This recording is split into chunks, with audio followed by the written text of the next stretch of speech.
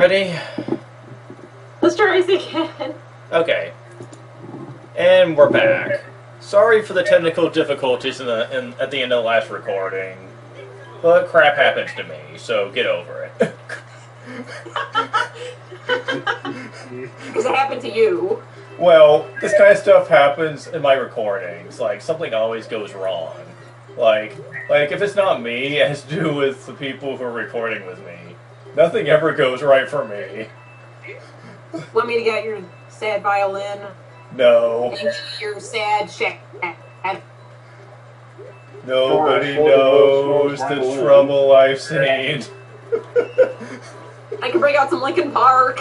No! I've not reached that level of sadness where I have to rely on I that. just like Linkin Park. What? Linkin Park is a good band. Yeah, I think they're pretty good. Oh wow, I actually thought that you hated Linkin Park because you hate emos. Actually, if you want me to really break out the emo song, that's the, like, a Simple Plan song. What's the name of that song? I keep forgetting. It's the one they always use.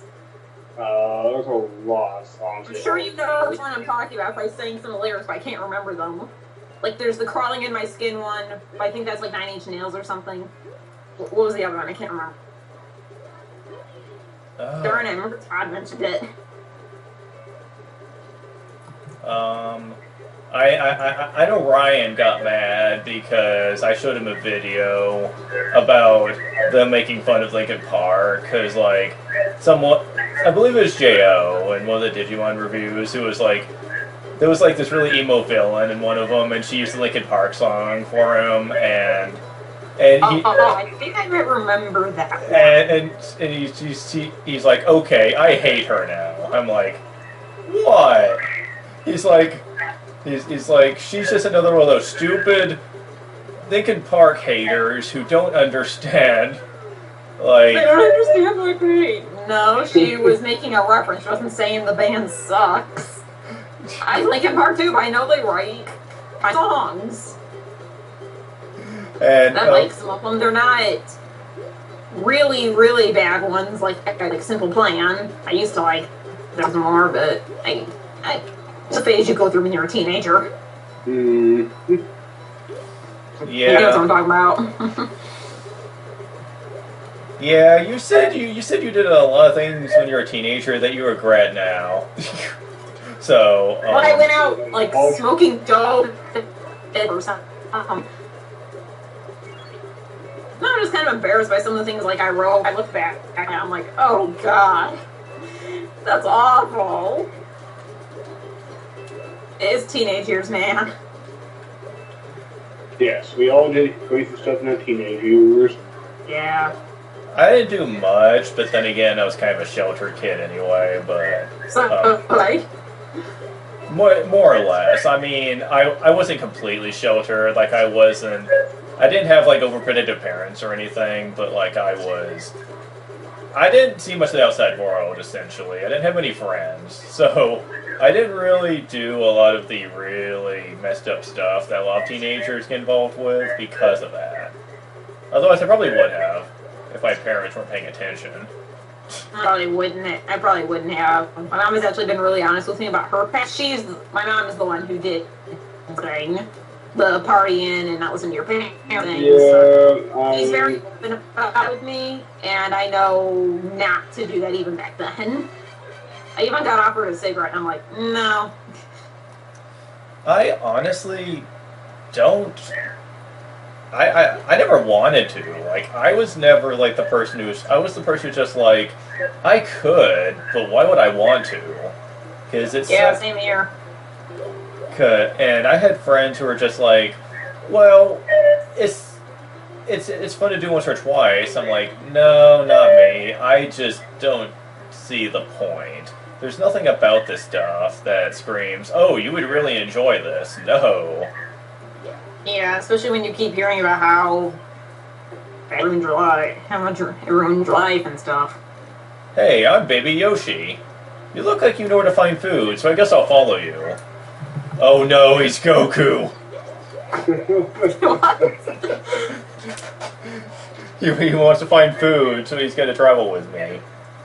Oh dear. Oh, was that his primary motivation? Yeah, he always loved to eat.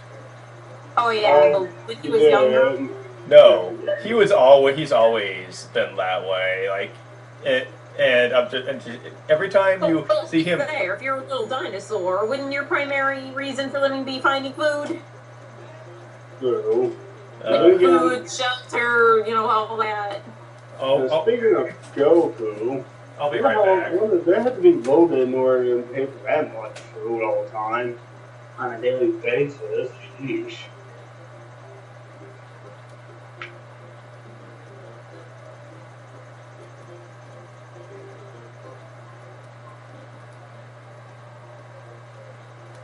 Did you say something? I wasn't going to worry. My internet's going to go out.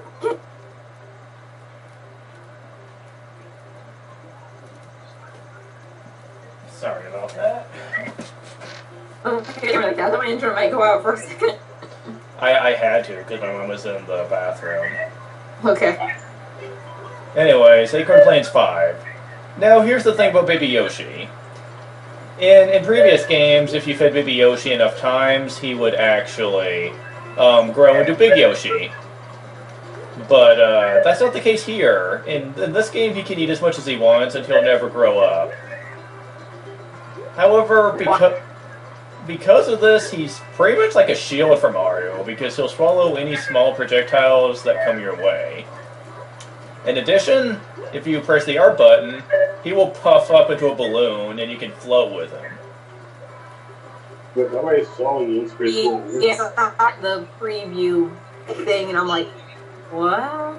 Which I saw was pretty actually cool when he did the balloon thing. You can pretty much fly forever with Baby Yoshi, like through the entire level. Yeah, Yoshi's head off. Why can't they just say babies forever? That's a good point. Why can't adult Yoshis use this ability? You would think. I know this one he doesn't. That looks weird. Like I'm worried about his feelings right now. It's just... Well, you don't see him complaining. No, but maybe he's doing whatever he wants to in order to get food.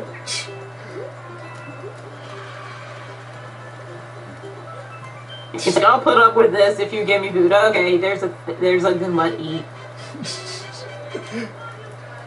Oh no. Well, he's also free to run off whenever he wants. I mean, jeez. Or maybe he's just extremely loyal. Maybe he just wants food. And we get a green mushroom house. Okay. What's the green one do? Oh yeah, this is the 1-up one where you have to collect a lot of 1-ups and whatnot. Okay. Gotta pay attention. Oh, come on, man. Yeah, this is hard. Got 1, 2. There might be some delay because I'm like several seconds ago. Oh, come on, man. No! Every time I grab one, they force a stupid Bowser head down on me. Oh, yeah, so it's Crap! annoying. Yeah, you and Bowser posting you down on him. I tie it again and then get anything. Yeah, basically you take the green ones, the green 1-up, and subtract them from the Bowser heads, and that's how much 1-up you get, but... Oh god, that minigame is hard. And on the map you will see, at some point anyway, the piranha plant sticking out a pipe. If you go try to get over it when the piranha plant is coming up, then you start a mini stage. Basically, you have to destroy the piranha plants during a strict time limit.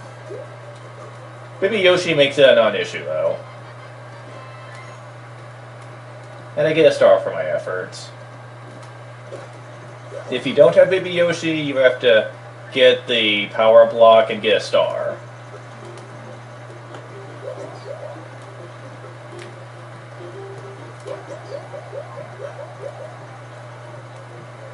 Acorn Plains 4, Mushroom Heights. Any relation to the one Heights from Paper Mario 2? I'm trying to remember what that was called. Which one? The fancy resort place in Paper Mario 2, something Heights. I'm trying to remember.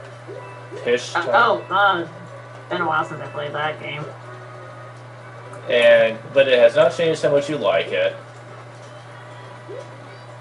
3 is the one I love. What? 3 is the one I love, remember?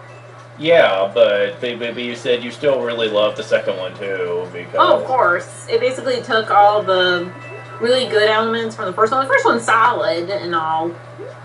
But it's basically like the first of most games I can think of, like the first Sonic game, the first Crash... Well, I heard the first Crash game. I had fun with that one, but basically the first game where they're just kind of getting their footing on things. The second one is really where they started changing some things up and adding some really fun mechanics, like the crowd. That was really fun. And the stylish points, that was so much fun. And now they've added Fat Goombas. Really? Really? What's next? Fat Piranha Plants? Yoshi can eat clouds. Wow, this guy is Goku. Eats clouds? Yes. Well, he has a reason for that. He's an alien. What's Yoshi's reason? He's like a dinosaur. Dinosaurs eat clouds. Wow, that is just ridiculous. I guess Yoshis are gluttons for anything they can find. I guess so. Jeez, man. I wonder if that's why he could puff like a balloon. He just ate lots of clouds. He can use them to float. Maybe, to be fair, he's only eating the giant clouds in the back. I know their background, but Bless you. oh, thank you. Like, I know their background, but he only can eat like the small ones, and clouds are basically water, so he's drinking water. Yep. Let me swing back Castle. Because he's a cool guy, you know. Cool guys don't look at explosions? Maybe. I don't know. I don't know, there's no explosions in Mario. Oh, sweet. I could actually get up here. Well, screw you guys. I'm gone. Okay, fine. Yeah. Okay, fine. So you won't let me do that the entire stage, but still. If I find a shortcut, I will abuse the crap out of that. Well, yeah. Okay, seriously? Why would give me more than one raccoon leaf? I can only carry one power-up at a time in this game. It seems kind of pointless. Unless you're expecting me to take a hit that soon. Seriously. I'm guessing the field is programmed to give out to because multiplayer? I don't know. Well, maybe, but... Or maybe... No, actually, otherwise they'd be pushing out 4 of them, so... Yeah, maybe they are expecting you to screw up. They have so much faith in you. Oh, yeah. But you killed yourself earlier. They don't know that was intentional.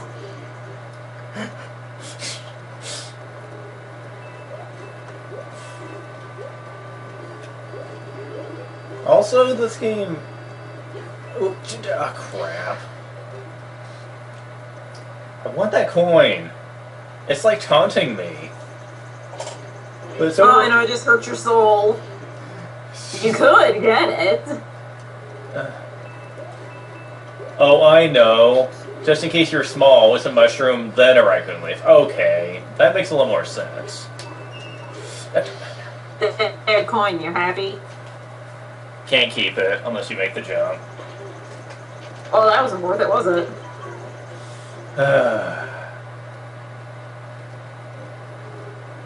Oh, I know what they probably expect me to do. Oh, this is gonna be fun. They expect you to wall jump? Yes. Oh, come on. Well, they say in games should have challenge. Special challenge. Side stuff doesn't count. It does. Oh, it does in some games. Well, depending on the game, if it's like 95% side quests, Yeah. which isn't really my thing. Yeah, it's not. It's not really my thing either. I just do it because it's where the challenge is. And you guys won't like Skyrim then, 'cause it's mainly endless supply of side missions. Oh, what game? Skyrim. Oh, screw it, man. Isn't that entire game just a side quest? Most of this is a storyline shorter than all the side quests and miscellaneous quests you in the Well, that's game. kind of different considering it's like an MMORPG. That's just kind of what they do. True. So that doesn't bother me, but in RPGs that kind of bothers me. But again, certain games get trade up against side missions like better armor, better weapons, etc., more lives. Lemmy. Yeah, that's worth it. Like in the Crash Bandicoot games is a good example. Okay, time for Lemmy. Koopa. What are you gonna be like this time? Yeah, I'm definitely behind you. I wonder by how much. But still, you're not seeing Lemmy at all.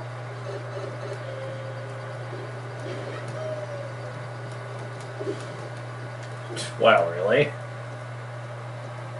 Oh, here we go. Oh, you're the guy in the clown ball, which I didn't get to show to Alana because we never finished Super Mario Brothers 3. But yeah, he like rolls on a giant clown ball and tries to throw other clown balls at you to hurt you. Well, oh, that guy. Yeah, that guy. I don't know how you guys keep all these guys straight. Well, they have distinct looks, but Well, I haven't become attached to them like everybody else. But then again, I didn't hurt them. Well, the reason I know him is he appears in the clown ball in this too. So I was like, oh, you're that guy. Not a Okay. big deal of the Koopa kids and stuff. I just find them more confusing because I'm like, okay, who procreated with Bowser to have these things? Well, So Game Theorists, they said, Peach. That's a joke. well, to be fair, according to Johnny, Super Mario Sunshine kind of is see what's the word he used?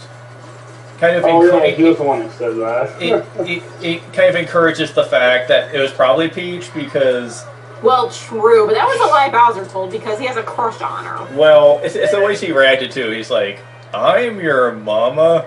He's like, she had to think about that. She really had to think about that. and he's like, and he's like, Wait, how well, did she get pregnant and not know? I'm very confused on how this works. She was probably drunk, I don't know. Bowser got her drunk? This is getting darker by the second. the Bowser's one night stand. Right. It's a Mario World. Mario World's probably was tripping on shrooms. Oh, she was high and drunk? Maybe the game doesn't exactly go into her like It's wrong. private pastimes. So And impossible. It looks like he has bags. Layer Cake Desert. That cake is a lie. That does not look like a cake. That looks like something that's camouflaging as a cake. It has rocks on it. It has rocks Maybe on Bowser it. likes it. He does, apparently. I'm on to you, Bowser. Tom has basically said cake means sex, so... Wait. Never mind. Don't. Yeah, because... Or was it Game Deers? It was one of them who made the cake. Actually, it might have been even Yahtzee from Zero Punctuation, too. I think everyone's made that joke now. Okay, apparently there's the South American weird giant stonehead things in that desert. Oh, by the way, Alana, did you know World of Warcraft is gonna save our country? Proto is gonna what? Say that he's gonna save our economy. Yeah, look up it's the newest episode from Game Curious, Yeah. Oh. and he even goes in detail about the Great Recession and whatnot. Oh, is that the video games predict the future thing, or? No. It's Okay, I've seen that one. I haven't seen this one. It's like World of Warcraft will save the economy. Well, I'll definitely have to take a look at that. Usually has some Wait. What the research heck? for what he's saying, even if I don't always agree with him. What in the world? I heard the Super Mario Brothers 1 fanfare for a second. Thanks a million for your help. Here, take this. Wait, what? What's going on? Like, They're creepy. I bet this is normal, and I'm hearing like a special fanfare, and they're giving me items. I'm just like, what? What's going on? I don't know what's going on anymore. I keep staring at those stone things, and they're creeping me out because their eyes are following you. You're the sucker stoneheads and Easter Like, it's different than, like, the hills having the eye, the fire having eyes, because they're not looking at you. And they're cute little friendly eyes. These are kind of creepy eyes. Oh, this is terrible. Some weirdo stole a bunch of my stuff, and he's so fast we'll never catch him. Mario, you've got to help me. And now I've got to catch the thief. Alright. Yeah, and the whole time Toad is And Toad's like, I could do something, but when have I ever done anything? Well, he's... I would have seen her and talked to you while the guy gets away. I have nothing better. This is no time to stand around. He's headed for Acorn Plains. Yes, I'm well aware of that, Toad. Oh, I almost forgot. Pipes are a surefire answer when you're in a rush. Wait, I want to get a closer look at that guy. He looks kind of familiar. What were you doing, Toad? You know what, I was Toad? not taking my shrooms. What do you think I was doing? If he was really taking shrooms, though, then why wouldn't he be bigger than that? It doesn't work on me. Ironic, isn't it? Catch Nabbit. Okay, that's his name. It's Nabbit. He looks kind of like the Zelda character I keep seeing from Link Between Worlds. Oh. You got my stuff back. Thanks a million. Take this. You've earned it. And it should come in handy when you're in a tough spot. The white acorn suit, which gives you infinite flight for one stage. Just like the Power Wing. So, And another acorn fell from a tree, so I get another one of those too. Man, I have a ton of items. I'm awesome. Actually, not really. I'm sure there are gamers who are... isn't that Baby Bowser? What? He has the same mask as him from Sunshine. He does? Huh. Yeah, he has the scarf. Hmm. Like, the one he had like, teeth on it, too. There was a little scarf he had around his mouth. Just like that. Okay.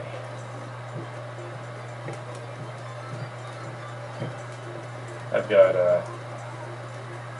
okay, keeping my eye on the block. Okay, it's the far right one.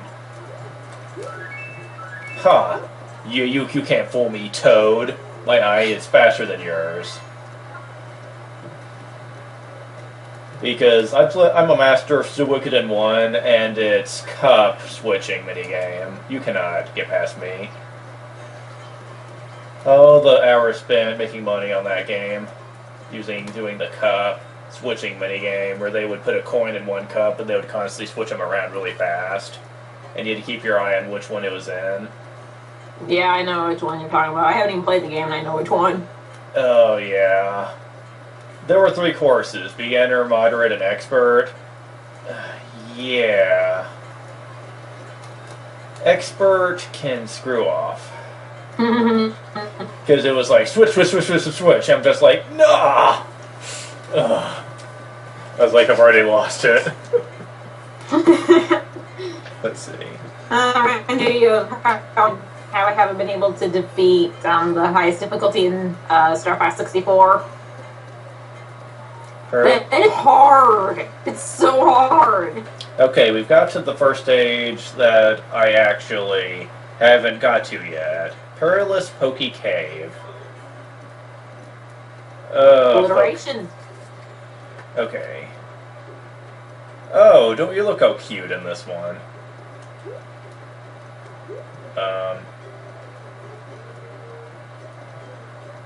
Can I, like, spin jump on spikes? No, I can't. Okay. Good to know. Because you could in Super Mario World, so I had to check. I guess they changed that. Okay, so Pokeys switch between being spiky and being able to stand on. Oh, well, that's kind of annoying.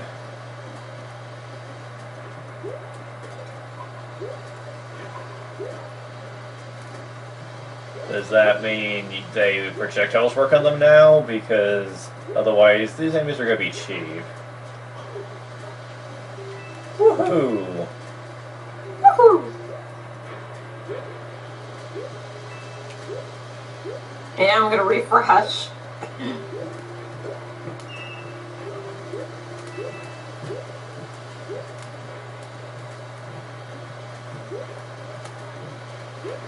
Okay, I can see the gimmick of this cave is going to be timing the sand falls. Timing! Yes, very much so. I love that joke. Why did you jump, Mario? I told you to jump. You didn't feel like listening to your rules, man. Yes, I'm well aware of that. At least I made it to a checkpoint. Hey, and hey, it turned me big. Nice. That's what she said? I should say something about that, but I can't. Although, where do I go? Okay, here we go. I was about to say, I was like, am I trapped? Oh no, it's dark. And there's bats, too. Yes. Oh, great. Dracula's in the Mario game now, apparently. Wait, he has bats? Treasure, I could Castlevania, he has bats? Yes, of course it does. Yes. Does he have werewolves, too? Yes. In some games, yes. Good. They came from the original novel. Well, they weren't werewolves, they were just wolves.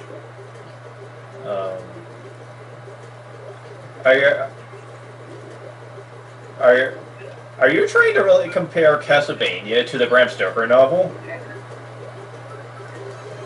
Because you can't. Like, I you know it's not going to can't. be the same, but it's kind of nice, that throwback, because it's a different... It's an aesthetic of the novels that people often forget.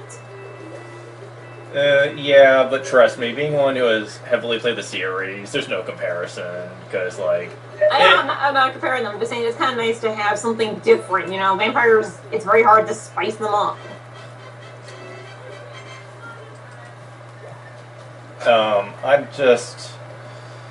I don't know. To me, the Castlevania series is really not very big on vampire lore as it is just trying to be a fantasy game. And I know people have complained saying that, oh, Castlevania is hating on the Bram Stoker novel, trying to completely, like, change the rules and whatnot. And Think about that. Why can't they spend their time complaining about Twilight like everybody else? And I'm like, really? Have you guys played Castlevania? Despite being different, it's still a fun series. I played one of the games that Irma showed me once. I think maybe one of the first ones. Not the best one to introduce you to, then. No, probably not. But he enjoys watching me play around it and swearing at it. Really? I mean, there are other hard entries to the series, at least you would probably think so, and you'd probably still fail a lot. He doesn't have to make you play the first two games. Let's see. Well, first two hard games. Castlevania 2 was kind of easy. Castlevania 3 can die in a fire. Like I said, I don't know which one, man. There's so many in the series. Oh, jeez, man. And Yoshi glows in the dark. Of course he would. My God, seriously, why does he have to grow up? Why must they always grow up?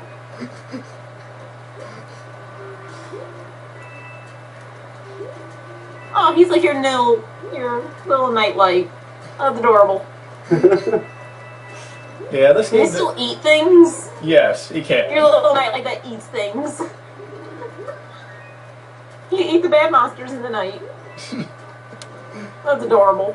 He can eat fire. Oh my god.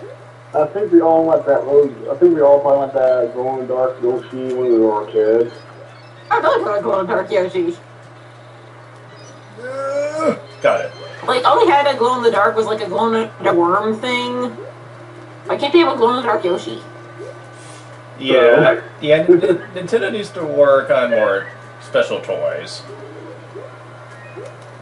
Because I saw a plushie of Mario when I was at Walmart. I don't know where it came from. It was just stuffed in the aisle. Or the candy aisle for some reason. is it a very old toy or recent? I don't know. I didn't look at it. I just saw it and I'm like, why is that there? Where did it come from? He's glowing in the dark in daylight. Wow. Yep, I'm definitely behind. You're still in the cave. That means you probably should have Mario go to the doctor, because that might be a radioactive Yoshi. Or he's going in daylight. That looks golden. You should pawn him off, get some gold money. Stone Slide Tower. Power. Tower. Power. Stone of power? Now see, I like the controls here better than the controls in the motion controls, because at least now they're still pretty creative in how they're used, but they're not weird in how you have to use them. That's the one thing I always hated. Not that the motion controls were there, but the way you use them was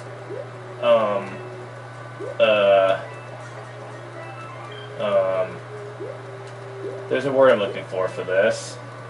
It's awkward. There we go. Yeah, it felt very awkward to use them, and I was just like, could you program it in a way so that they actually felt right?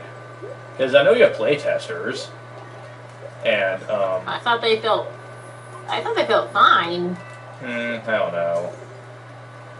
But here the controls, the controls are different, but they feel right. There's nothing about them that I find hard to use or hard to get used to. I love it. You're completely talking about the use of the Wii U have, right? Dude, I don't care, man. I would, if I had to, I would probably even still use like the Wiimote for this game, because the controls actually aren't as hard to use in this. Which is a good thing. Well, yeah, it is a good thing. I haven't found a Mario game that has hard controls. My problem with motion controls is they're trying to. I do agree with Yassi where it's not going to replace a good controller. That's the real immersion. Not waving your arms around. I'm glad they're trying innovative things, because when you don't innovate, then you get stuck in a rut. So I'm glad they're trying new things, but... Oh dear, this is gonna get kind of hard, isn't it? Oh yes, this is gonna get really hard. Okay, how am I supposed to do this? Like, I have to jump. Oh, okay, I got it. Oh wow, the timing on that's kind of precise. Oh no! Don't you dare go Kaizo on me, game. Don't you even. I don't think it's going Kaizo. If it was, you'd be dead by now. No, I mean, but it's bringing in the invincible coin blocks near death pits. I'm like, oh no. Why do I have a feeling later on they're going to try to do that? Try to put it right near a death pit, and I'm going to fall right in. Ugh. As a matter of fact, Roger's friend, Furious Vampire, has made a ROM hack that's like Kaizo. And I'm like, dude? And Furious Vampire's like, what? I was like, I played your ROM hack. And he's like, oh, cool. I was like, and I noticed it was like Kaizo. And he said, and? I was like, I'm not a fan of Kaizo. He's like, oh. And I was just like, and I said, as a matter of fact, okay, do I have to do this? Let me check. Oh man, no. I have to move these 2 stone blocks all the way to the left and right, and then once I stop spinning, they're going to start moving back. And I have to... Yeah, be quick. Oh god. I'm not... Like I said to Roger during the last stream, I'm not a very good wall jumper, so this will be fun. Okay. Oh! Okay, never mind, never mind. Okay, the pipe cap holds you up there. I was about to say, dude. That would have been a little much. Oh, hi, Cammy. You're gonna make Boom Boom harder, aren't you? Yes, you are.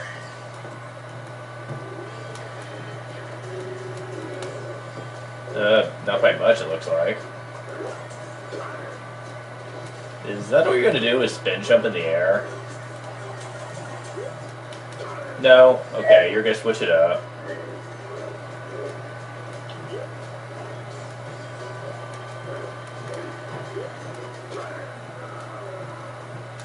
This game needed to be harder.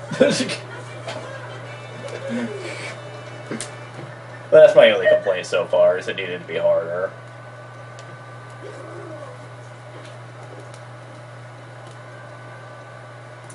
Wow, fast. Yeah, these mini fortresses don't take that long to beat. Yes. If it's more than one person, you just kind of stumble around and figure out what to do. You usually end And up stopping on one another. some sort of dark magic is being cast on Peach's castle. I don't get it. All I see is Spirit Dust. Now I see a black platinum. This be a force field.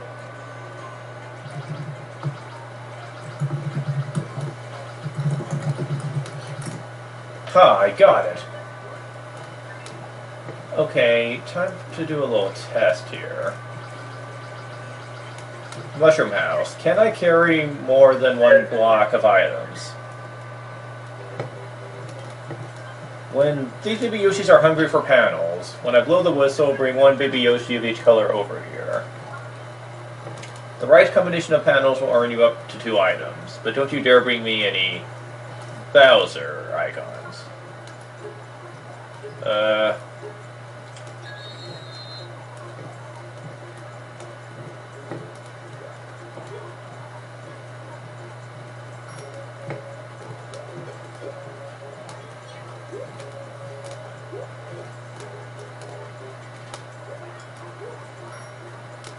Okay. You won, check it out. What did the times 1 mean? A 1-up? You can't hold any more items. Select item to discard. I thought so. Discard a mushroom, who cares?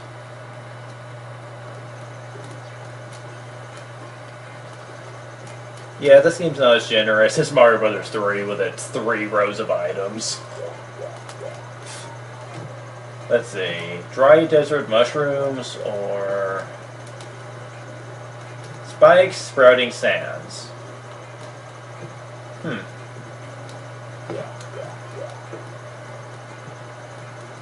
Which one is numbered first? This one. Spike Sprouting Sands. Okay. Spike. Oh, you're Spike, the guy that shoots the little spiky balls. Presumably from his butt, but that's not what it looks like here. No, he's spinning them up here.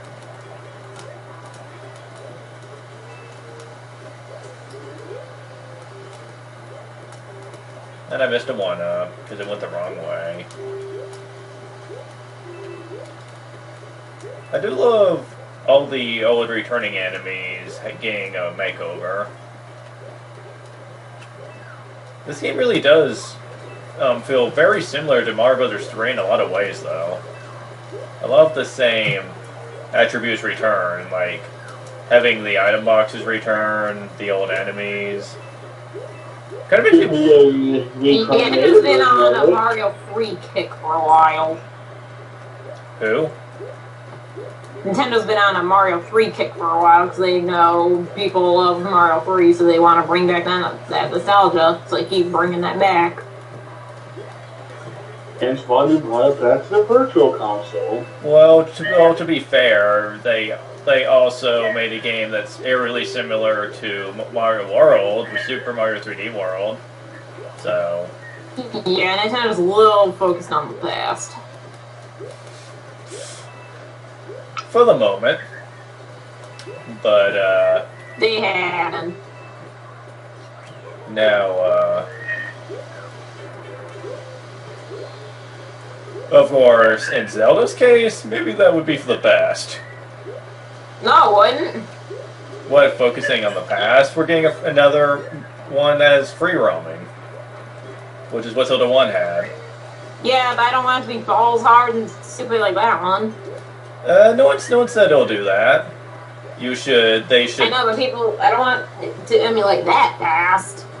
Plus, I still say being able to go to any dungeon in that one seems like a lie. A what? It seems like a lie, because why would you want to go into a really hard dungeon when you don't have the right thing to go in? Well, to be fair, with the exception of maybe Dungeon 6, the other dungeons aren't that hard, because it's been that long since I played it, and a lot of the dungeons, aside from adding a new enemy or two, really the only difference is the boss at the end, and once you know how the bosses work, they're really not that hard. Like, I know, maybe it really depends on a person's skill level, but for me at least, I didn't, like... In the first Zelda? Yeah, first Zelda. No, I just found it pointless wandering around. Well, that's as far as the world map is concerned. And I agree, we need a better map, but you know... Well, yes, a better map. I want more direction. Because, I think the biggest problem, though, is that with the... Oh, God. Stop shooting spike balls, please. Stop shooting spike balls so I can... Okay. The biggest problem... Since you asked politely, I'll do it. Yeah, that's actually kind of how it happened, too. It's just like...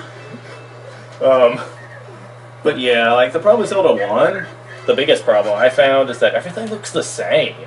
It's not the free roaming that's so much so, yes. It's like, it's not the free roaming that's the problem, it's that all the areas look the same. You can't really tell where you are most of the time. I find that both of them. I do not enjoy Zelda 1. I like the idea of the free roaming return, though, because, like, it opens up more options. Too. I kind of, honestly, I felt like I had the feeling of Wind Waker, but a lot of people didn't like Wind Waker.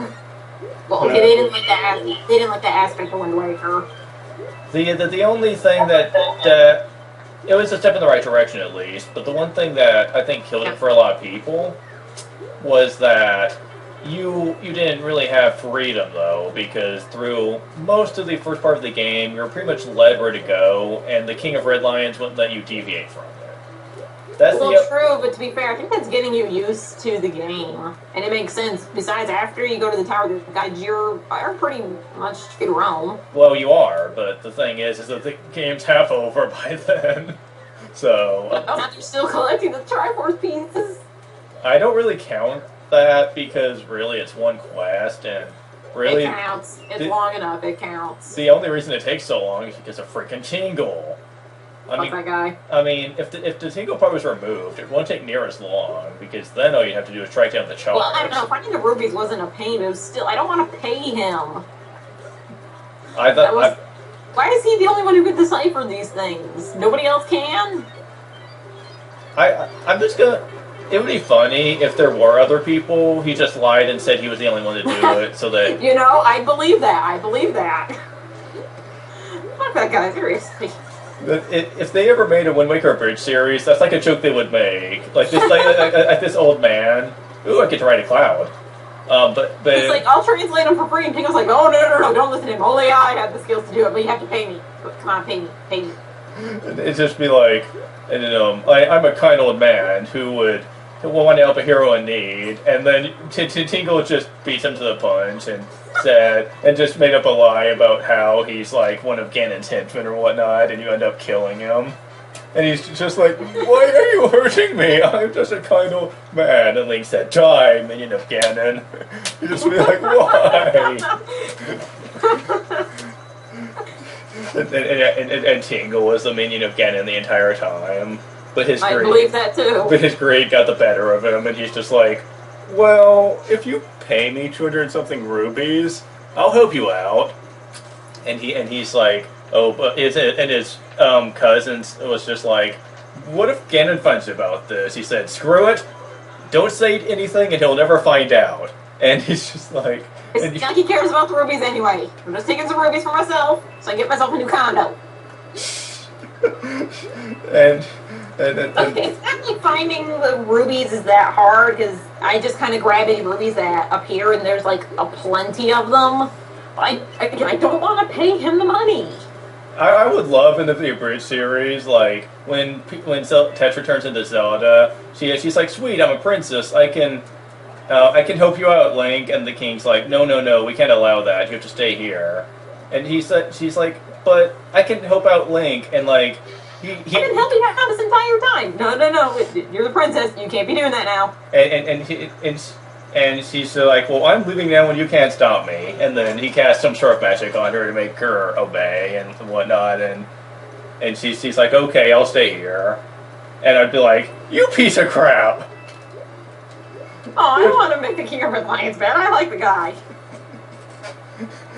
No. I mean, he sacrificed himself at the end of the game. Come on. Yeah, I know, but... Wait, how is he able to live? Because his life is tied to Hyrule, and Hyrule is frozen in time, so is he. At least I think that's the official explanation, because... I think so. I think that kind of was what they were going for. Okay. And So happens I don't pay attention as a child playing the game. And it'd just be funny if the Abridged series, like, he just acts like a jerk to Tetra, like he's just, like, trying to keep her So elected. it's kind of like what they did with Yu-Gi-Oh! Bridge, when they made Yu-Gi-Oh! A jerk. Well, of course they made everybody a jerk, but... Well, okay, the only two characters that he didn't really change were Kyla. He's pretty much the same, except does that Mokuba more, and Bakura. But honestly, some of his motivations make more sense. He does some of the things because he's bored. I'm like, well, okay, I could buy that. In the actual series, I'm like, I don't really know your goal in any of this. And it'd just be like, at the end of the game, and Tetra gets kidnapped and the king's not looking, he's like, oh crap, if I would have known this was going to happen, I would have released that spell. Oh well, I'm sure it's not going to be too important. And then later on, she gets rescued by Link, and like he really releases the spell, and she goes to help him, and he's like, you do realize once everything's taken care of, I'm going to come back and beat the crap out of you, right? And he said, oh, trust me, my dear, you won't have to worry about that. And she's like, why? He's like, you'll see. And then I have a prize! and then he goes and touches the Triforce and like takes it, and she's like, you piece of crap. And he's like, you were there the entire time and you couldn't help us? And he's like, yeah, I was just kind of biding my time, waiting for him to turn around.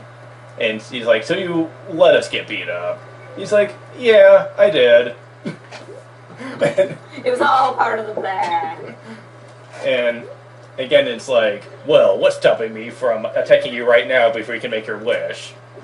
He said, yeah, you can go ahead and try that, but once you destroy the Triforce in the process. And he said, as much trouble as I've gone to... Really? Giant Pokey alert. Yeah. Giant Pokey.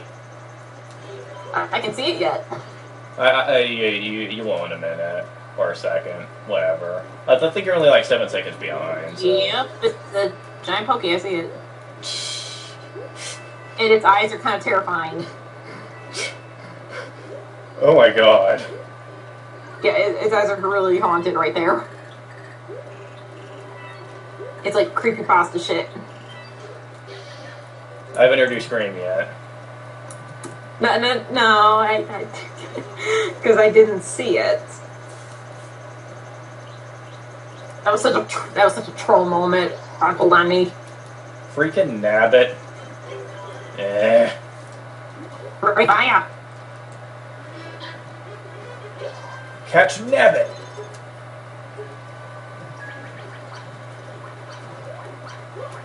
Roger said these can actually get hard. Oh crap. Ugh. I can actually believe that now. Yes, got him. Okay. Barely. You got my stuff back. Here, take this. You've earned it. Might come in handy. White acorn again. Okay. Pretty soon I'm gonna have nothing but these. But yeah. That's like something I would do if I have like made a Bridge series. Like I would just make a bunch of jokes about the different things in Zelda that pissed us off. No, not that there's much, but... But on Wind Waker in particular. If you went for Twilight Princess, there's plenty that pissed me off there. Yeah, that game seriously needs a Bridge series just so we can find humor in it. Like seriously, there's so much. Yeah, I didn't realize I didn't like it as much as I do. Mostly it was just, like I said, it was a disappointment for me. I just couldn't stand to sit through it. Like, I made it to, like, the 3rd dungeon, and then I just stopped. I'm like, it's so boring. Oh my god. I know, you felt nothing for what any of the characters are going through. It felt like there's a lot of this dramatic thing being built up that really wasn't accomplished. Oh, speaking of which, did you see the new History of Power Rangers yet? Yes. Let's talk about that. Yes, let's talk about that. Let's go on this complete off-topic thing. Yeah, I was just, when I saw it, I was like, oh, this is gonna be great, and then I sat down and watched it, and I was just like, oh yeah, he's making so many good points here. When he was trying to defend Turbo, like, I was feeling a little sad, because I personally hate Turbo, but just like, but I can't disagree with him though, because... Well, he didn't like it either. He was just saying, okay, it had more good points than this. That's what he was saying. Yeah, it's like, I was like, you're right. You're so right. I don't want to admit it, but yeah, there were some good things it did, but still a bad show. And then he got to Overdrive, and I just could hear his voice sink when he talked about the theme song. And I was just like, yeah, here we go. Awful. I was like, here we go. It was the least interesting theme song I have ever heard. Yeah, and I'm just like... I didn't even understand what they were rapping about.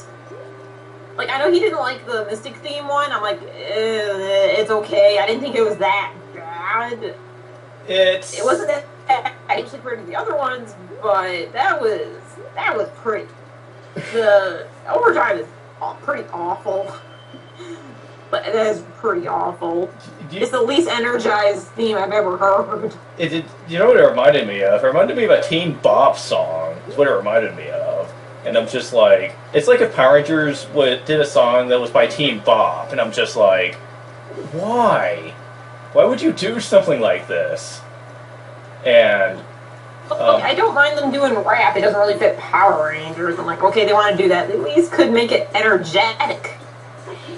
That beat was awful. it was. And by now you probably know that Ricard really hates Samuel Benta. Guess who did the rap for the song? Benta. Yeah, Samuel Benta, the guy who does Will's voice. Oh, yeah, he did the ooh. Yes. To be fair, I don't like him either. After I heard that, I'm like, oh, Yeah. wow, he's an epic douche. He is. I didn't like him in the show anyway because he always has that cocky grin on his face whenever he's on screen. That's reminding me a lot of Chris Brown. I want to be reminded of Chris Brown. I'm like, every time he's on the screen, like, the coach complaining about the mugging that Dax does, but honestly, I think Will was worse because... Dax is a fucking idiot. Yeah, I'm just like... If it was just him saying, this is like a movie, I'm like, okay, is that your entire joke? Is that the entire joke of your character? Yeah, and I'm just like... Do the other things other than that. Like, I was like, oh man, this could have been an interesting character, but nope. You can play DVDs inside your head. I'm like, oh my gosh. I was like, oh my god. I was watching his Twitter when he was watching the show, and he ended everyone with, "Shut up, Dax." Oh. I was like, oh, I can't wait. Well, he did continue that in the review. And I thought, what was her name? Rose? Yeah, Rose. Yeah. I thought that would be your favorite character. I'm like, I was liking her. I was kind of liking her already. Yeah, Rose is pretty good. I didn't have a big She opinion. still had bad writing. Well, obviously. Like, she wanted to be smart because she didn't get and she didn't feel special. I'm like, okay, okay, in a way I could understand. Like, maybe this kid felt lonely and stuff, so she wanted to study and get attention from people, but the fact she was like, I wasn't special, I'm like, okay, that just sounds really dumb. Anyways, the reason I brought up the history of Power Rangers is that the informed attributes thing, that is Twilight Princess is in a nutshell, is this informed attribute, but they never show it. Like, they like say, oh, well, all this bad stuff is happening, but you're not showing very much of it. That's so true. Well, you are shown that people are like, they turn into ghost figures and they keep seeing nightmares or something, but I don't know. Something about, maybe it was the character animations. I just never got invested in what they were going through. They all had such stoic expressions on their faces. Oh my god, they brought back Closter from Super Mario Bros. 2 USA. Oh, that's awesome. Closter! Baby Closter. Okay. Anyways, go ahead and finish what you were saying. No, I finished what I was saying. Okay. But yeah, when I was watching the history of Power Rangers, I was just like, let's see, those... When he got to Once a Ranger, I was like, oh, this is gonna be awesome. Just to hear his opinion on this, and his opinion was very similar to mine, except I liked when I got to Once a Ranger because I hated the Overdrive cast. I swear, I hated suffering through them. And when I saw the old Power Rangers, I was like, yes! Yes! Please save this show! And I'm actually glad they brought Xander back from Mystic Force. yeah, I was just like... Because he was the one who actually had an interesting personality. I actually did watch Mystic Force.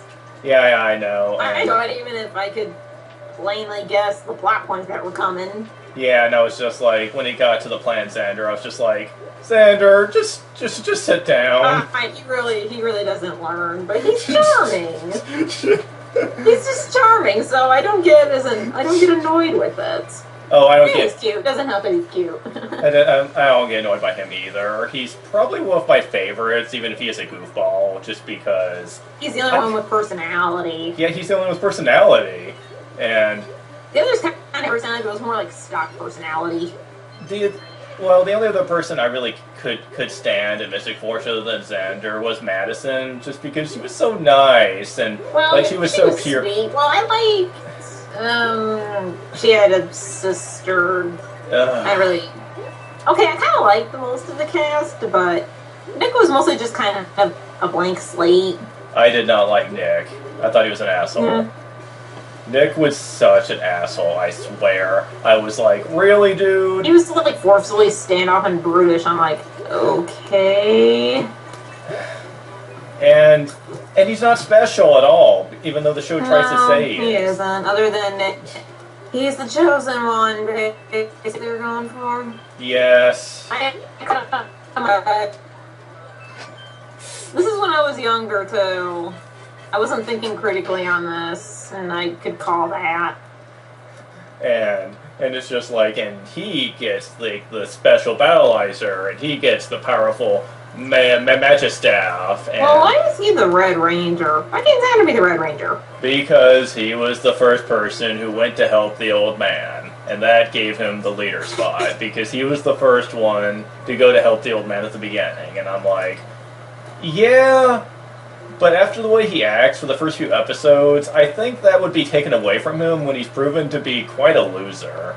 In his first major battle, he runs. He runs away. Yeah. What's his name? The Dark Wolf dude. I'm trying to remember. Oh, can't remember his name either. Merrick? No. Merrick? No, that was another character. Never mind. But There was a lot of wolf character named Merrick in one of them. The Wow. reason I remember is because his name is Merrick. Wild Force. He was. The Wild Force? Oh. You're thinking of Sanaku, and yeah, he was Merrick. Okay. But yeah, in this one, he was like, Kodarg or something like that. I forget his name, but yeah, he had to chase after him because he was running away, and he's like, no warrior runs from a fight, and I'm like, yeah, but this guy isn't much of a warrior, so like no offense, Nick, but you kind of suck. I thought that at the beginning of the show too. Like this wasn't. He never really did. He never really did much of anything, and Yeah. I especially love his line on the final episode too. He's like, "Fine, you want me to say it? Yes, I give up. It's over." And you just have Madison go on this huge speech like, "Don't you say that? Don't you dare say that! You're this leader. You will not give up." And I'm like, really? Really? You have to have like someone give you a pep talk before you actually man up and be a leader. And from Madison of all people, who claims that she's the one person who really isn't pulling her weight as a member of the team, and she's the one giving you the pep talk. Just hang up your Ranger badge, Nick. Just do it. I mean, no one will probably miss you. Like give the leadership to Xander. Like, everyone knows he should be the leader of Let's this do that. Like I said, everybody else on that team had actually a pretty fun personality, even if they're kind of underdeveloped. But Madison had a personality. Her sister had a personality. But her she friend had a personality. And actually, I like that those two, the Yellow Ranger and the Pink Ranger, were friends. But they didn't become love interests. They were just really good friends. Oh, you gotta admire that. That never happens. Oh, let's see. You're talking about. Let's see. There was Nick. There was Tia. There was Madison. There was Xander. Chip. Yeah, Chip. I actually really liked. Now that I think about it, but I one thing I really hate though is that he's probably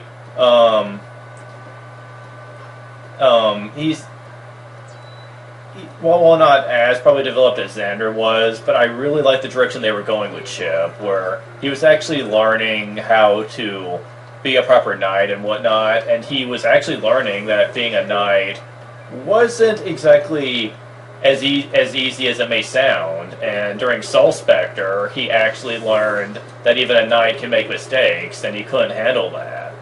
Like he was really desperate to actually save those people, and he was he got to the point to where he was freaking out, like saying that I have to help these people no matter what. I promised that I would help them, and that's such a Link mentality. and I'm just like, and I didn't really like that, the fact that he had to learn that sometimes the good guys don't always win, even though that's not what he believed growing up, because he believed like the knight always fights the bitter end and always wins and whatnot if he tries hard enough. And I think Linkar even brought this out that he was quite a fanatic about his knightly values, and he said Nick is the type of person that when he grows up will probably see a grim reality that his values are going to constantly be tested, and he might not be able to handle that because of how strong his values are. Me too. And what? You said Nick. Oh, Chip, I meant. Yeah, Okay. yeah, that's what you meant. And Yeah, I remember him bringing that up too. Like I said, everybody else had pretty interesting personalities, even if I thought they were kind of underdeveloped. Like, they could have had more episodes dedicated to them, like some of the other ones had them, but, at least they had personality. Nick was just bland for me. Like, he was just there. And the card never brought it out, although I'm surprised he didn't. But I'm surprised he didn't bring up this one line in the theme song, probably because he didn't let it play it long enough. But there's like this line is Operation Overdose is on the scene. Operation Drive, the #1 team. I'm like, oh, screw you, screw you guys. #1 team. I barely understand what that rap was even saying. Oh, I could. When I heard that line, I couldn't. I was focused like, on the fact the beat sucked. well, he didn't play the entire one anyway. But I know. I But- gotta hear the rest of it. Like, I can listen to some dumb rap. I can listen to some dumb rap that has a nice beat. but when they said that one line, I was like, I was insulted when they actually said that one line where Upper Drive, the #1 team. I was like, oh, you guys suck so bad right now. And of course, they're gonna say that's what every theme song is supposed to brag about how great they are. And I'm just like, ugh. Wait, what the heck?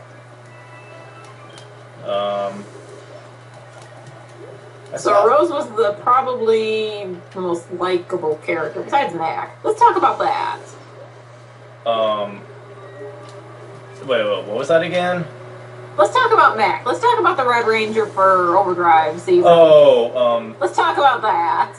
I honestly didn't. Unlike Linkara, I actually didn't see the plot twist coming towards the end, and when I didn't either. and I was like, He was showing like the hints, and he said this is like foreshadowing, and I'm like, wait. I assumed it just had to like they talked about treasure, and I'm like, okay, at some point is it going to be almost sacrificed or something? I don't know. Then that happened. I'm like, my mouth dropped. I'm like, oh my god. And then imagine how much pain. Like, not even pain, but like how much anguish he is in, thinking he was human this whole time, and all of a sudden his head is on a table. Like, oh my god. And he didn't show it, but like he tries to take on new hobbies and whatnot in one episode. Like he's trying to learn how to do a musical instrument and whatnot. And when his father said, for a moment there, I thought you were almost human. I was like, you know, Hartford, I keep thinking throughout the entire show you're going to learn not to be a jackass, but you just prove me wrong every time. Because you're always doing something that's very douchebaggery in every episode. I'm not even kidding about that. Like, I did not like Hartford this entire show. Because he's always sly, he's always sneaky, he's always hiding stuff from the Rangers. He's always touching like douchebags. Yeah, he's always shady. Yeah. And I'm like, ugh. This guy is such a loser, I swear. And then when you get to the end, and like you get the sad scene between Hartford and the rest of the gang when they think Mac's gone for good, and they like bring him back, and he like turns into a real boy, and I was just like, Really? We're doing the Pinocchio thing, where magic turns him into a real boy. Really?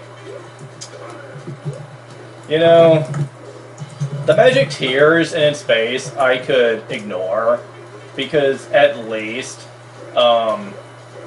they made it look really sad and whatnot, and you feel really happy for them. But you know, couldn't you have just used the magic of the crown to just bring him back? Did you really have to make him human? Because you know, we were running into a real resolution with this, that Mac was coming to peace with himself, being an android, and he said he was finally okay with it. That he could be. What in the world? You sure you're not trying to kill Peach, Bowser? Because, yeah. That looks half dangerous. I mean, I know Peach has powers of wind and whatnot, and she can float, but still, dude, like, freaking tornado. Yeah, it's kind of overboard. Yeah, but yeah. I was like... I told. What? Been What now? She just said hi. Oh. Because I'm like, you haven't spoken at all. I was worried you left. Not completely familiar with Overdrive, so I can't really say much about it. Ghost I'm not familiar with coins. it either. I played it like once. Ghost That's why we coins. went on the Power Rangers tangent. Yeah, And the Zelda tangent. I'm getting back to that. But yeah, when I saw that at the end, I was like, oh, this is such a forced happy ending. It is ridiculous. I mean, I wouldn't have an objection to bringing Mac back, but just turn him into a real boy and whatnot. It just feels like the resolution is wasted. Because, you know, because we were at the point where he was totally fine with his existence as it was. And with him, it's like, oh, screw that. We gotta make him real. We gotta, like, maybe we have to completely ignore any type of resolution because, you know, we're Person Overdrive. Who cares about that, right? Like we just care about keeping things as childish as possible. And yeah. I can't deny your points, but on the other hand, I don't know if I'd stop. I didn't have a problem with it. Oh, God. At least he earned it. At least he earned that gift. Unlike, he didn't earn anything. Do you know what made me really sad? Taizon. He really sad. I was hearing his backstory. I'm like, oh, that's actually good. Yeah, I'm just like, really? Wow. You know, so far, like I wish they didn't bring the I had a fiance into it too. Yeah. And then he just got her. I'm like, okay, wouldn't you have mentioned that in your first story when you were telling this? Actually, the first time you're telling us, you're saying my team no, one of my team members was my fiance. Like, wouldn't he have mentioned that? Not It seems like necessarily. it was just added on. Not necessarily, because that might be personal to you, and you might not want to bring it up because He's you. already telling about one of the most painful things he's ever been through in his life. Yeah, but to be fair, that was kind of being pushed on him too, because they were wondering why he wasn't joining the team, and Rose especially was really pushing for it, and then he gave them the backstory to explain why he's so obstinate about it, and Rose didn't stop. Like, she still went after him and tried to talk to him and say. I believe it. And at this point, you can tell he's really getting pissed off at her because she won't give up on it. And he's like, "Hey, so sometimes we don't always win. Sometimes the villains do." And he's just like, "You know Oh, what?" Rose, that was the race car girl. Wait, was that Ronnie? Yeah, it was Ronnie. Oh, that was Ronnie. Never mind. I thought it was Yeah. Rose at first, but yeah, you're No. right. And it's just like, she wouldn't stop because it's just like. I wonder if after she heard that, she was like, oh, maybe that's why I didn't want to talk about it. Oh, wait, no. No, she still didn't give up because she went back out there and talked to him, and she's Man, just. he just kind of opened his heart for you. Maybe you want to give a little bit of space. And, Like, give the man some space. He's been through stuff. and then he's just like, now I will agree that the Mercury Ranger looks absolutely awful. I agree. I disagree with him on the uniforms. I thought they looked fine. But his uniform, I'm like, okay, that looks pretty awful. I agree. It looks like plastic wrap. It does. Or like tinfoil. Tinfoil is what I'm looking for. It looks like tinfoil. Like, it looked bad. So I agree with him there. He was ranted about how he didn't like the uniforms and how there's too much chrome. I'm like, I think it looks fine. With then he gets the titanium one. I'm like, oh, I'm with you here. That looks awful. Well, to be fair with him, he's more nitpicking about the. I know he is. About he's the. Also very nitpicky about the morphers, and I'm like, I have no problem with the cell phones, bro. Well, to be fair, they weren't really cell phones, so he didn't really have. Well, not those, but he's like other ones where you push buttons and stuff. I'm like, because I'm imagining from a kid's perspective, they can like have if they're playing a lot of. Parents let their child play on a phone. So I'm thinking, how cool would it be as a little kid to like kind of take your mom's phone and kind of pretend you're a Power Ranger and stuff with it? That's what I'm thinking of. Well, to be fair, like they did use numbers to morph in with other morphers, like with the space morphers, but they actually looked unique. They weren't just something that you could find in your mother's basement or something like that. I do kind of like that, but... I don't know, I think if you want to be a ranger, maybe you should kind of conceal instead of this obvious thing you carry in your pocket. Like, probably like it better when they're like wristwatches, something that's kind of concealable. Now, I do like the excuse they gave in Mystic Force, where they were Mystic Morphers, but they were disguised as cell phones so they wouldn't stand out. I like that excuse. Because it actually makes sense. Yeah, I really would like I really would be nice to see another Power Rangers thing with magic. Just because I'm a sucker for magic. Oh, really? Well, I feel scared now. No, then you're going to be looking forward to the next season, Jungle Fury, because it combines magic and animals. Oh yeah, that one. Do you want to know how they morph? I'm kind of tired of the animal motif, but what? They morph using sunglasses. What? So yes, the sunglasses absorb sunlight and use the sunlight to access the morphing grid to morph into the Jungle Rangers, and they push the button on the shades, which releases the solar energy. And the phrase is Jungle Beast, Spirit Unleashed. and I'm not kidding. That sounds so ridiculously amazing. I'm torn between which one it is more. And I guess that's Power Rangers, so you know. And the reason I don't mind the animal motif in this is they actually become the animal. Like, you see the animal spirit fused with them when they morph. And their fighting style resembles that of their spirit animal. So that's really awesome. Oh, spirit animal. Okay, I can get behind that, because that goes into, like, personality and stuff. And, the main Red Ranger doesn't think he should be the Red Ranger because he doesn't... Saw that coming. Because he doesn't think that he should have the spirit of the tiger, and because it's one of the strongest animals, and he said that... Okay, I was going to say it's going to be like a lion or a tiger or something. No, the lion actually belongs to the bad guy of the season. Really? Yeah, because... That's interesting. That's kind of cool. I like that. Yeah, he turns into... I know I've got to be in there somewhere, King of the Jungle and all. Yeah, and the Red Ranger constantly gets beat down by the villain because he morphs into the Lion and Ranger and he beats the crap out of him. That's kind of awesome. And he said, "You'll never defeat the Lion, the master of the jungle." And he said, "You never know until you try." And then he continually tries to beat him. And I love Jungle Fury. It's easily one of my favorite seasons because there is so much development there. Oh, that's cool. I'm still kind of eyeing over the sunglasses.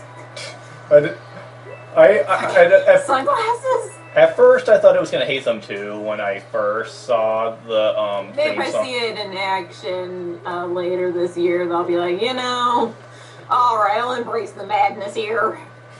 I'm actually going to keep an eye on Lee Carr's Twitter for when he actually talks about Jungle Fury, because that's going to be fun. Oh boy, this game... Okay, I asked for more difficulty, and this game is giving it, so that's awesome. Yeah, I was about to say, you've died quite a bit here. We've kind of been ignoring that, but... just like Brain Scratch, you're just like Brain Scratch. Yeah, Does that mean I'm Lewis? Because my internet went out. Oh, really? Is that a recurring theme with their videos? Yeah. Oh, wow. More their earlier stuff than their later stuff, but yeah, there's a time where he couldn't be in some of the recordings, or he couldn't record anything because of his internet or computer problems.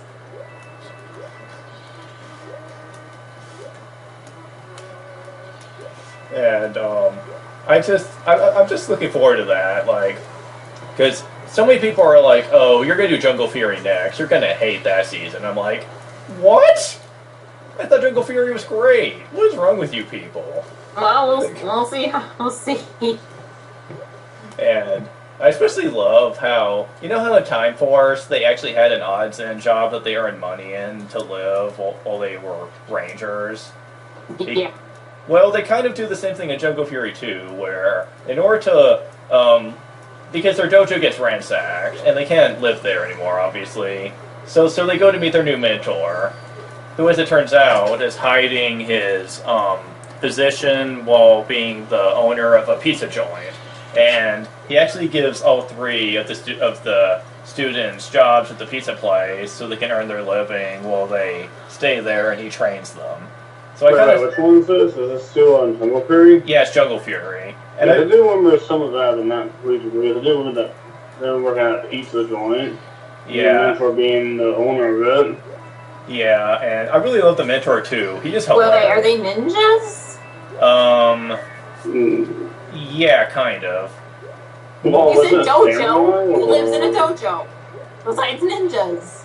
Well, it's either a dojo or like a shrine or whatnot that they were training at. There's a But difference between a dojo and a shrine. well, I'd have to watch it again to know for sure. But I just know the mentor gets defeated and he's on the verge of death, and he tells them that there is a mentor even better than he was, and they must go to him for help. And that's where they find him at the pizza joint, and all three of them are like, "Are you sure this is the dojo they were telling us about?" And it's like a pizza dojo, and he's like, "That's the address we were given." He's like, "All right, let's go in." And it's just like, and they meet the sensei there, and the Blue Ranger's just like, "Yeah, we're leaving." And then you just see the mentor just stand right in front of him and punch him back, and he said, "You know, he's like a true warrior should master patience." And he's like, "Whoa, didn't see that one coming."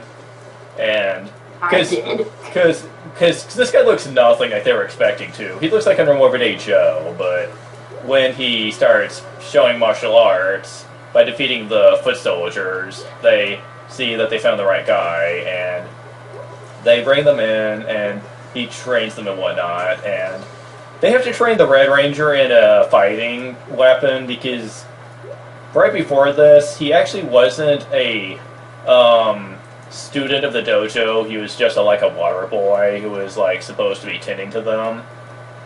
And the previous Red Ranger actually turned into the villain because he was corrupt with power. And he okay, can't... so we're gonna get more evil rangers who actually just turned evil. That's cool. Actually, he was corrupted by the spirit of an ancient evil spirit, and he has like the spirit and him kind of joined together, and they are the main villain.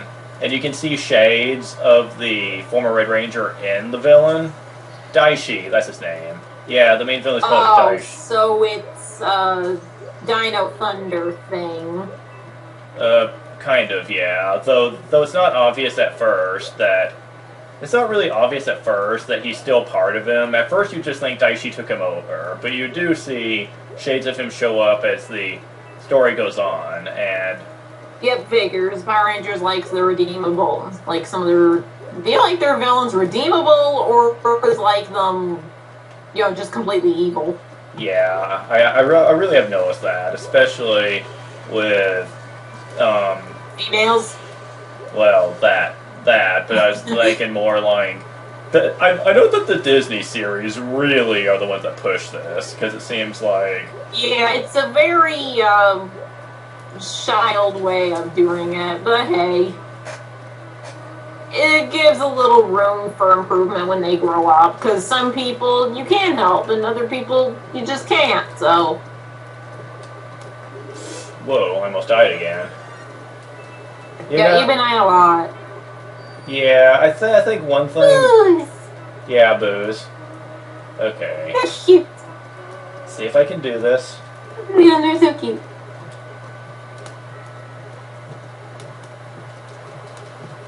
Alright.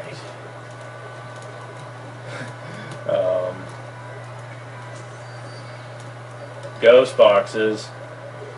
Oh, Yeah, boxes now because they can. I'm not complaining. It's showing creativity. It kind of reminds me of the I'm trap not box. gonna complain about logic in a Mario game. It's just a wasted effort. It kind of reminds me of the trap boxes from Super Mario Kart. It really does. Oh, hey, hidden treasure. Oh, really? Off-screen kill, really. Whoops. Oh, man. I still remember Ego Raptor complaining about that. That line was so hilarious, where he's like, oh, but in this game, whoops! Just like, really? And I got hit again. I'm not on my A game today. Dear God. You're busy talking. We were busy talking about other things. Yeah, I know. That plays a big part in it. We're like talking about different things, and it's really the Let's Player's curse when like you're multitasking. You're not gonna be as good at a game as you would be if you played it straight. Yeah, I think some people don't realize that.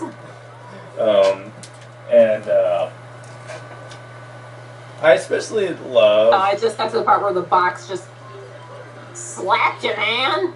Yeah, I know. It's just Just like came over like bam. It was like aiming for your kneecaps. I'm trying to figure out where the stupid box is coming from because I broke this one. I think it came from out there, but it followed you in. It like followed you in, which is kind of cheap. Yes, he did it again.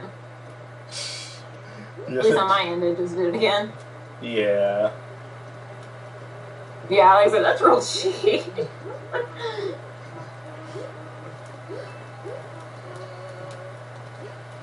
And I am really looking forward to him tackle at Jungle Fury. I'm pretty sure he's gonna like it because, well, it's obviously not worse than Operation Overdrive, so I know he's at least gonna like it better than that. And I'm looking forward to. Oh, by the way, like Kara, you want more villain factions? You're gonna get more villain factions because Jungle Fury has it in droves. Because there's like. Yeah, except that was kind of the one interesting part of Overdrive. I'm like, okay. Usually they don't really have too many of those. Because Daishi in Jungle Fury hates humans, like just hates them. He's very judgmental against them, but he has to possess one in order to live right now. And when you see an elite demonic creature come back, he says, Daishi has returned. We shall destroy the humans together. And then he says, Daishi, you dare use a human body to come back? That is the most shameful thing you could ever do. And he said, I am willing to overlook my past discretions in order to gain power again. And he said, you are not the Daishi I remember serving. I am breaking all ties with you, and I'm going to take control of the evil forces myself. And because Daishi is in a weakened state, he can't really stop him. But when Daishi slowly gets his power back as the show goes on, he kills this guy and takes control again. And he uses the dart. Yep, saw that coming. Oh, darn it, Mario. Oh well, at least I get it back. Okay, sneak between the boos. Okay. Gotta be careful of the boned fish. They are not as easy as they were from Super Mario World. Also, You're challenging now, boy. that's okay. Oh wow, he doesn't go away. Well, at least I'm making some progress. Oh, never mind. Oh, there's 4 of them. Oh, that ought to be fun. And I know, I could go back to a previous stage and get a bunch of power-ups, but honestly, I want to see if I can beat the stage without relying on that. See, unlike most people, I actually strive to keep the game challenging. I don't use any cheap tricks or anything, unless I have to. If it's not cheap if the game is giving them to you. Well, the game gives you the option, but if I can do it without it, then why not? I mean, my first thought, I'll get through it however I want to. well, I feel like I can get through it just fine. Well, I feel like I could with enough practice. Then I may not use the power-ups, but first time around, yeah, I'm using. First few times, maybe, I'm using whatever they give me. I don't know. If they're gonna go out of their way to give me stuff, I'm gonna take it. Well, that's not the way I play, though. Like, I'm just like...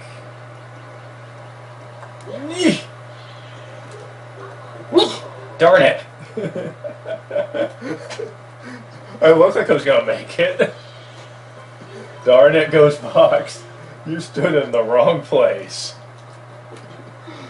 Oh boy. Why does that sound like a one-liner? What, Ghostbox, you stood in the wrong place? Yeah, like a really weird one-liner after you like blow one up. You stood in the wrong place.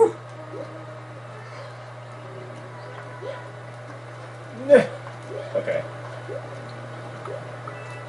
But anyways, yeah, I try to...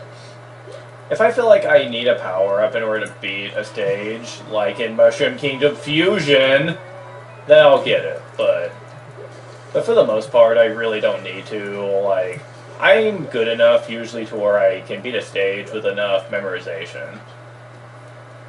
Of course, that's usually how I had to beat a stage, because in the old Mario games, they weren't very generous with the items, usually. Usually. Okay, mushroom? Mushroom? Yeah. Because I am getting better at the stage, I'm just running low on lives. Oh, if you make them run against the floor, they'll actually break into shrapnel. Okay. Good to know that.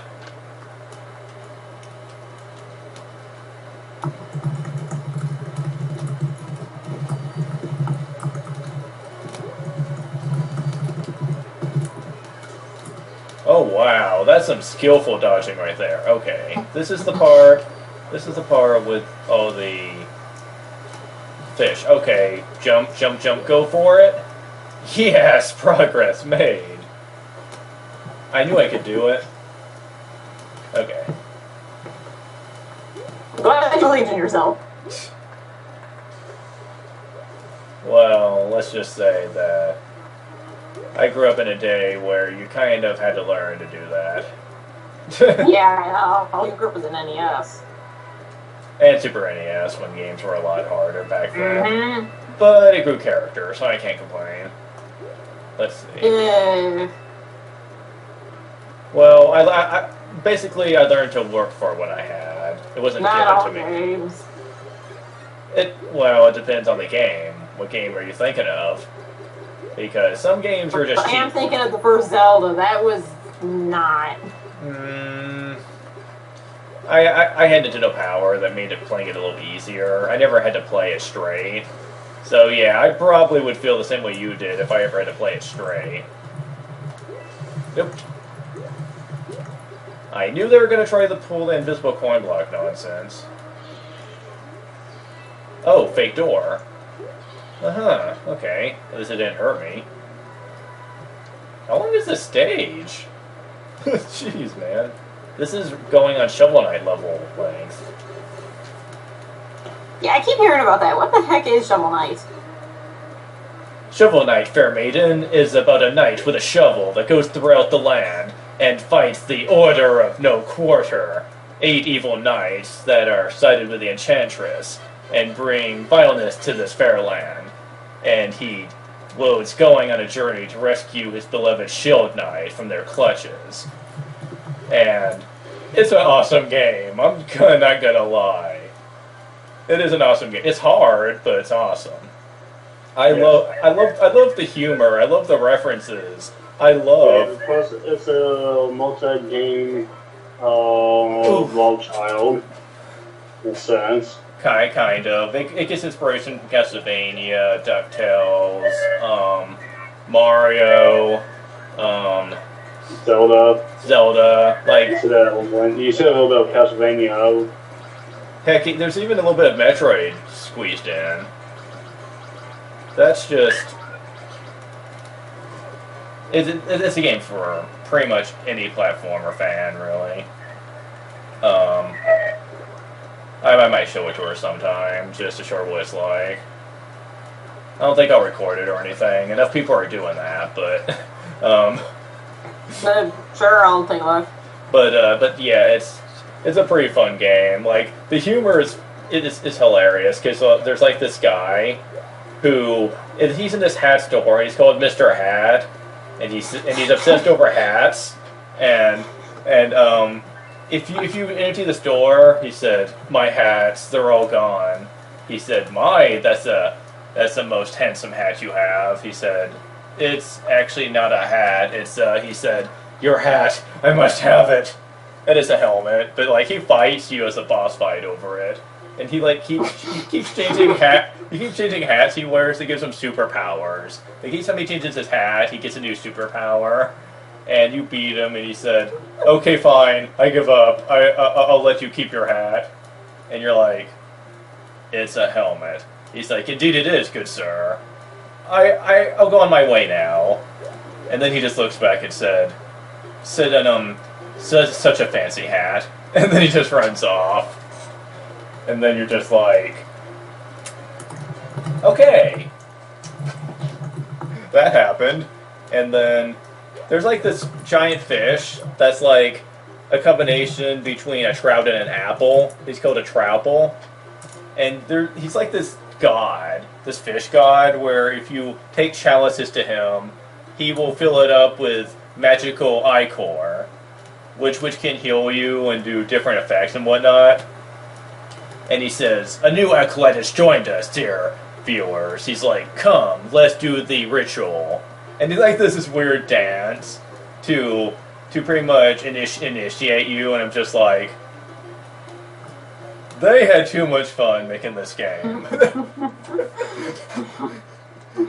I'm just like, wow. I've yet to show Cole what happens when you defeat King Knight, and you go back to talk to this one woman, and she says, you defeated King's Knight, so I'll give you my greatest treasure. Dance! And then she just does this elaborate dance on top of, like, the table and whatnot. And then Rowan saw that he just started laughing. He's like, what? He's like, oh my god. He's like, really? I love this game. Like, I love this game so much. This game is made for me. I thought this game was some, like, downloadable, like, game for an app or something, and those are usually, not really my liking. Depends on who develops them, because a lot of the indie games... Is this one for, like, a console and stuff? Yeah, it's like, it's official releasing? Okay. Yeah, I mean, it's an indie game that's released for mobile, PS3, Xbox 360, Wii U, and probably... okay, so it's, like, everywhere. Okay, cool. Yeah, and... indie games don't usually get that much release. That's cool. And also, they're not done with it. They're still releasing updates for it, even now. And one thing that's going to be made is another character you get to play as. I'm hoping it's Shield Knight, because that would just be awesome if you could play as Shield Knight. because she's like the female compatriot of. Oh, okay. It could be Black Knight too, because there's like a Black Knight that's like your rival. I'd hope there'd be a Black Knight. and he said Shovel Knight, you don't get it, do you? The Enchantress have taken over this entire land. You cannot stop her. Besides, it wouldn't matter even if you tried, because anyone who has to get to the Enchantress has to go through me first. And he has this really, really funny laugh too. Doesn't he, Cole?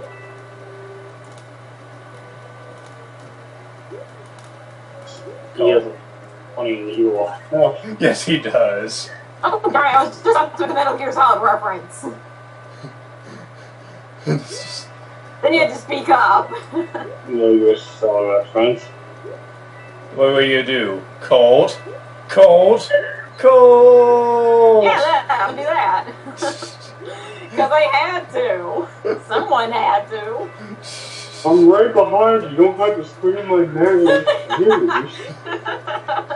That actually reminds me of Heathcliff, where, like, there's this one episode of Heathcliff where he screamed, "I'm going to challenge Heathcliff in the arena this afternoon." And Heathcliff is right behind him. He's like, "I'm right here, you know. You don't have to yell." Just What's like, Heathcliff? oh, you... One of the main villains of Sword Art 9. Wait, no, not the one I was talking about. No. What Heathcliff are you talking about, then? He's actually... Really? I'm the only one who knows about Heathcliff. Okay. Do you know who Garfield is? Yeah. Well, Heathcliff came about the same time when the Garfield cartoon was coming out, and... Oh, so it's versus Garfield versus Heathcliff, the cat thing? People like to compare them, but honestly, they're so different. Garfield is more of a snarky type individual, where Heathcliff is just cool. He's like all badass and everything. I guess he's kind of like the cat version of Bugs Bunny, where like he can't lose. Like he always wins somehow. And no matter how hard the villain tries, he cannot beat Heathcliff because he's always one step beyond him. And his rival is a dog, of course. And it's just like, I think I loved his personality more than anything else, and the guy who voiced him, because Heathcliff is just this cat who's just like all suave and debonair and whatnot. And I think he started out as a comic, much like Garfield did, and they both got their own cartoon show. But I think Garfield got more popular. But I was more of a fan of Heathcliff, though, because I like the comic Garfield better than the cartoon, because the cartoon wasn't quite the same for me. Okay, am I going to lose lives from this? Because they got more Bowser than 1-ups. Got 4 1-ups. Wait. What? But I got so many more Bowsers than that. Oh. Huh. Never mind. But yeah, I was a big fan of Heathcliff growing up. Not so much of Garfield. When I was older, I watched the Garfield cartoon again. And I admittedly liked it more when I was older, but... growing up with the comics, though, in the Sunday paper... yeah, it wasn't the same. I never read the paper. I never got paper. I never got a newspaper. I still don't get a newspaper. But most people don't get a newspaper now.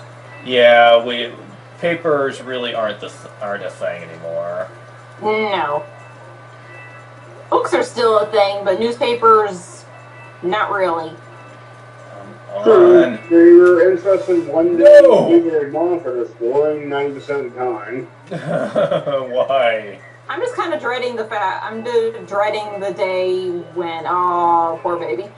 I'm dreading the day when every book is going to be digital and we won't have paper ones, because I much prefer paper ones. Oh yeah, because it makes more sense because you won't, I got 1-ups. Copy. You won't, your, digital, I'm like digital one, which will probably be corrupted, you lose and you got to pay for it again. Ooh, back. Okay. Gotta lay back a little bit and not bend down. But yeah, I grew up with that, and that's really what that reminded me of. But I do remember watching the Garfield cartoon, like, early after I woke up and I was ready for school. I don't really remember much about it. I didn't hate it. I didn't really hate it. I I think just I can tell when things are quality and when things weren't. Like, I knew when I was watching Ferngully, you know, this kind of isn't as good as, like, Mulan or something. yeah, but then again, let's see, Ferngully versus what again? Which one are Well, we? I was comparing it to Mulan. Well, I was comparing it to Wait. Mulan. But... Are you comparing a direct-to-video movie to an official Disney film? Well, you know what I mean. I didn't know the difference. Like, well, I guess I knew Disney, but I didn't think of them as Disney, you know. Like, as a kid, it didn't make a difference to me. It was like a movie to watch. So my child, like my childhood one can make that comparison. And yeah, I can tell it wasn't as good. What wasn't? Well, I can tell Ferngully wasn't as good as, like, say, Mulan or Toy Story or, you know, anything like that. Yeah. I don't think I understood how good Toy Story was until I got older, but I still enjoyed them. Like, I remember seeing the second one in theaters. My mom took me. Oh, hi, Baby Yoshi. He's been back. Yeah. I didn't remember seeing the second one in theaters. I don't remember if I saw the first one or not. I know I did see the first one. I don't remember if I saw it in theaters. Neither do I. I probably had a tape of it because I had a tape of everything back then.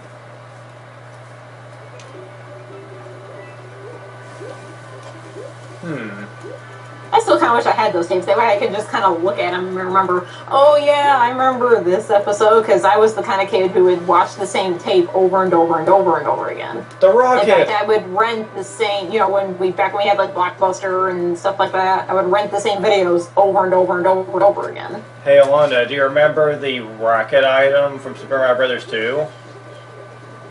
Nope. Big Yoshi is swallowing Baby Yoshi in his mouth. That's wrong. What? That's cannibalism. He hasn't eaten him yet.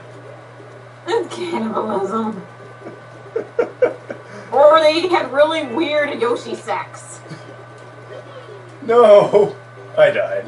But anyways, did you remember how in Super Mario Brothers 2 the rocket would take you to further places in the stage? Well, they have a water spout that does the same thing in this game. That's awesome. I love that. Because I always thought that was cool when I played Super Mario Brothers 2 and I got the rocket and it would propel me to other parts of the stage. I was like, oh, that's so cool looking. Especially because a space rocket is so like futuristic for Mario, because it's not what you'd expect to see. Because it's like so 19th century, no, 20th century actually, and it was just like compared to everything else, it just seems a little bit out of place. I think it's more or less like it's taken more like it's not fantasy whimsical stuff. It's like modern. If you see like one with Mario gets a gun or something, you're like, wait, what? That'd be way stupider if they gave him a gun. A shroom gun. Wait, as long as it's a shroom gun, then it might be okay. But if it's like an actual like gun, then it'll be like, okay, we're getting into Shadow the Hedgehog territory. At least that makes more sense. And it's just like, yeah, and you have to get shrooms to like power up the ammo, and you can shoot little shroom bullets and whatnot. That would just be hilarious. I don't want to see that.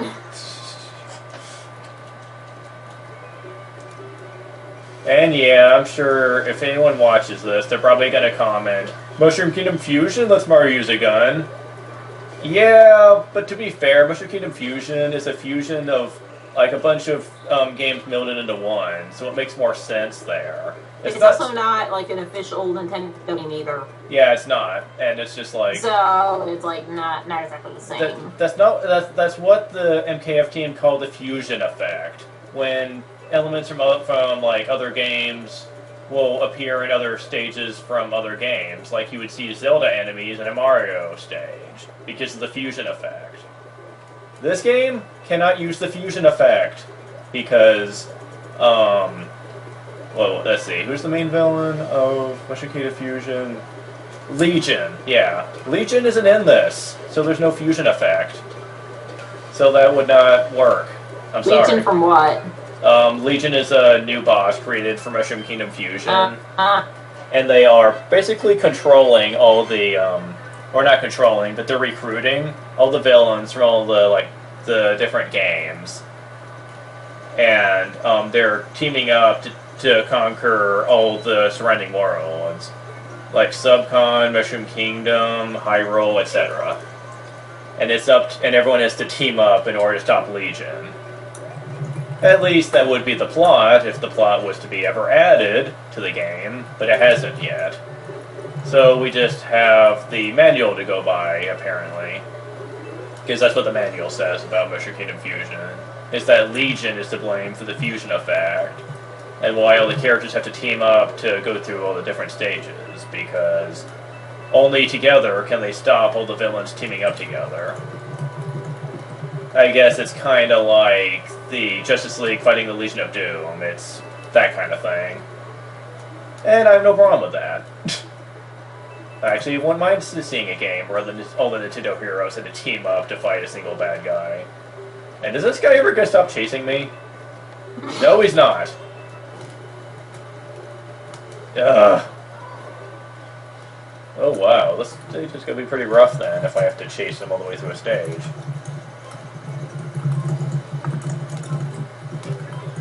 Well, I didn't mean to press that button, but... Oh dear, yeah... Need to die real fast, because, my Wii pad is getting kind of low. Well, let's see if I can hurry up and get to the stage. I don't regret it. Oh, I see what I have to do here. I have to let the wind push me ahead of him. Give me some wind. Wind. Wind. If only you're sipping water, then I would have quote Spoony. Oh, I made it. I don't know how. He was like, his teeth was right on my Sprite. Anyways, what was the Spoony reference you were gonna make? He did a review. He did this like combination review of this one called Rampage and Avatar: The Last Airbender. Oh, okay. Yeah, this one he did years ago, but he was making fun of the like water part, and he's like, you have to move your arms like this and say water, like water, no water. Me and Roger quote that all the time. Oh, you mean from his review of Avatar: The Last Airbender? Well, yeah, his vlog, yeah. Yeah. He's hilarious in that. Yeah. I love most of his past vlogs. I love his Twilight Breaking Dawn Part 2 vlog a lot. Because I think Twilight? Oh yeah, I love his Twilight ones. Those are so much fun. And for the first two, he was trying to figure out, okay, why do people love this series? I need to unlock its secrets. Then the last two, he's like, this is stupid. Since I'm going to have to wait for the gamepad to charge, I'm going to stop the recording here. Thank you for listening to us ramble about different things while playing a very fun game. See you guys later.